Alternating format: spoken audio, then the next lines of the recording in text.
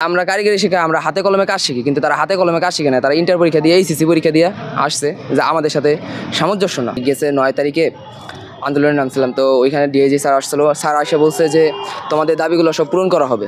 তো আমাদের দাবি পূরণ করা হবে, আমরা সবাই ক্যাম্পাসে আবার আগের মতো ক্লাস চলমান করছি। বর্তমানে কিছুদিন যাবত আমাদের পরীক্ষা শুরু হয়েছে, 15 তারিখ থেকে আমাদের পরীক্ষা শুরু হয়েছে। হঠাৎ করে আদালত আমাকে রায় দিচ্ছে যে 30% কোটা তাদের বৃদ্ধি করা হবে। দেখা যাচ্ছে যে আমরা যে ডিপ্লোমা যারা পড়ালেখা করছি 10ম গ্রেডের জন্য, তারা 10ম গ্রেডে চাকরি নিতে যাচ্ছে যারা জেনারেল থেকে আসছে। এই ঈদে জামা জুতো অ্যাক্সেসরিজের ডিসকাউন্ট। এখানে আমাদের বর্তমানে আজকে রাস্তায় নামার মূল লক্ষ্য এটাই ছিল যে হাইকোর্ট থেকে আমরা যতটুকু শুনতে পারছি যে হাইকোর্টে একটি রিট হয়েছে, যেটাকে আমরা কালো রিট আখ্যা দিচ্ছি।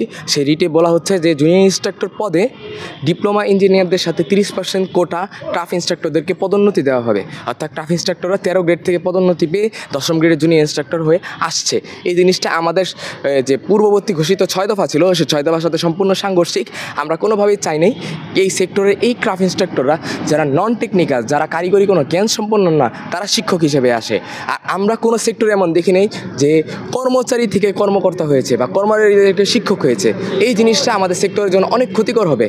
আর যদি কোনো পদে আমরা সাধারণত জানি পদোন্নতি পেয়ে আসার সুযোগ দেওয়া হয়, তাহলে সেই পদের ক্ষেত্রে অটোমেটিকলি নিয়োগ বিজ্ঞপ্তি কম প্রকাশিত হয়। যদি নিয়োগ বিজ্ঞপ্তি কম প্রকাশিত হয়, আমাদের শিক্ষার্থীরাই পরবর্তীতে চাকরি বেকারত্বে ভুগবে, চাকরি কম পাবে। আমরা এই সেক্টর থেকে আমরা এই সেক্টরে বৈষম্যের শিকার হব।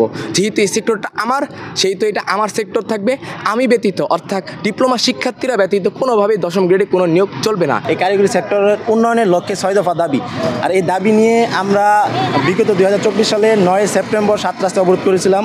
সেখানে আমাদের কারিগরি ও মাদ্রাসা বোর্ডের যে সচিব ছিলেন ফরিদুদ্দিন আহমেদ স্যার, তিনি এসেছিলেন। কারিগরি অধিদপ্তরের যে ডিজি আজিজ তাহের খান স্যার, উনিও আসছিলেন। তো ওনারা আমাদের মৌখিকভাবে আশ্বস্ত করেছিলেন যে এই সকল দাবি ওনারা মেনে নেবে এবং বাস্তবায়ন করার চেষ্টা করবে। আমাদের দাবিগুলো হচ্ছে কারিগরি ছাত্র আন্দোলন বাংলাদেশের পক্ষ থেকে যে 6 দফা দাবি উত্থাপন করা হয়েছিল, সেই দাবিসমূহ আমি এখন বলছি।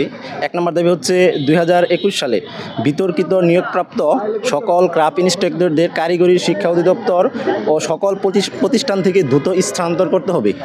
আর দ্বিতীয় দাবিটা ছিল হচ্ছে ডিপ্লোমা ইঞ্জিনিয়ারিং কোর্স 4 বছর মেয়াদি, প্রতি সেমিস্টার পূর্ণ 6 মাসের মেয়াদি করতে হবে এবং পাশাপাশি মানসম্মত কর্মমুখী সিলেবাস সহ উন্নত বিশ্বের সাথে তাল মিলিয়ে আধুনিক কারিকুলাম গ্রহণ করতে হবে। 3 নম্বর যে দাবিটা ছিল সেটা হচ্ছে উপ সহকারী প্রকৌশলী পদে 10ম গ্রেডে ডিপ্লোমা ইন ইঞ্জিনিয়ারিং ব্যতীত অন্য কেউ আবেদন করতে পারবে না। উপ সহকারী প্রকৌশল ও সমমান পদে ডিপ্লোমা ইঞ্জিনিয়ারদের জন্য সংরক্ষিত রাখতে হবে 4 বছরের ডিপ্লোমা ইঞ্জিনিয়ারিং কোর্স সম্পন্ন করা মনোটেকনিক ও সার্ভেইং শিক্ষার্থীদের উপ সহকারী প্রকৌশলী পদে নিয়োগের ব্যবস্থা করতে হবে।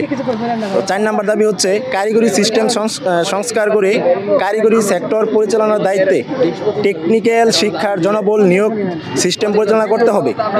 5 নম্বর দাবি হচ্ছে কারিগরি শিক্ষা অধিদপ্তরে বিতর্কিত নিয়োগ বিধিমালা সংশোধন করে সকল শূন্য পদে টেকনিক্যাল শিক্ষার জনবল নিয়োগের মাধ্যমে সকল polytechnic institute, technical school and college এর শিক্ষক সংকট দূর করতে হবে। একই সঙ্গে মন্ত্রণালয়, অধিদপ্তর এবং বোর্ডের বিভিন্ন কার্যক্রমের পাশাপাশি আইডিবি এবং পলিটেকনিক টিএসসিদের শিক্ষকের পাশাপাশি প্রতিনিধিত্ব নিশ্চিত করতে হবে। 6 নম্বর দাবি হচ্ছে উচ্চ শিক্ষার বৃদ্ধির লক্ষ্যে ডিপ্লোমা ইন ইঞ্জিনিয়ারিং এবং মনোটেকনিক শিক্ষার্থীদের কমপক্ষে 3টি উন্নত বিশ্বের আদলে প্রযুক্তি প্রকৌশল বিশ্ববিদ্যালয় স্থাপনের উদ্যোগ নিতে হবে এবং প্রস্তাবিত ইঞ্জিনিয়ারিং কলেজ 100% সিট নিশ্চিত করতে হবে।